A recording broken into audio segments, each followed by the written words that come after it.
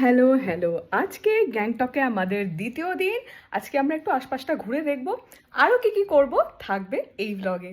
দিনটা ছিল জানুয়ারির ৩ তারিখ। সকাল সকাল স্নান সেরে হালকা শীতের পোশাক গায়ে পরে নিয়ে দাঁড়িয়েছিলাম আমাদের হোটেলের ওপেন টেরেসে। তারপর আর খুব বেশি সময় নষ্ট না করে দুজনে মিলে পড়লাম বেরিয়ে। আজকে আমাদের গন্তব্য এমজি মার্গ। যাওয়ার রাস্তায় ওপরে এই রোপওয়েটা এত সুন্দর লাগছিল, তার মধ্যে রাস্তায় ট্রাফিকও বেশ ভালো মতোই ছিল। দেখুন দুটো রোপওয়ে কি সুন্দর ক্রস করছে।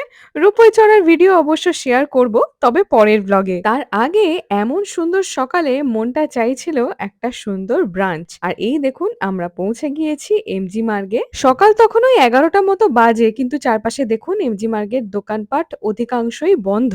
ম্যালের ওপরেই ছিল একটা রেস্টুরেন্ট, নাম দ্য ড্রাগন ওক। এটা অবশ্য রেস্টুরেন্ট কাম বার। এখানে চাইনিজ জাপানিজ দুই ধরনের খাবারই পাওয়া যায়। জাপানিজ মেনুটা খুলতেই সবার প্রথমে চোখে পড়লো সুশি। তা আমরা এখানে অর্ডার করেছিলাম kappa makki. Japanese vinegar sticky রাইসের মধ্যে রয়েছে শসার পুর। যেহেতু প্রথমবার খাচ্ছি তাই ভেজ অপশনটাই সেফ বলে মনে হলো।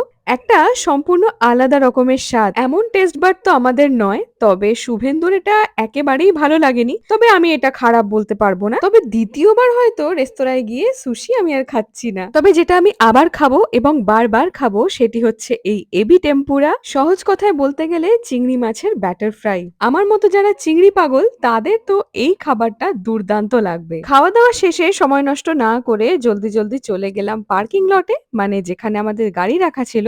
ওখান থেকে আমরা পৌঁছে গেলাম গ্যাংটকে রোপওয়ে চড়বো বলে। অনেকের থেকেই শুনেছি গ্যাংটকের রোপওয়ের অভিজ্ঞতা অনেকেরই খুব একটা ভালো না। আমাদের কিরকম কি অভিজ্ঞতা হলো শেয়ার করব পরের মিনি ব্লগে। টাটা।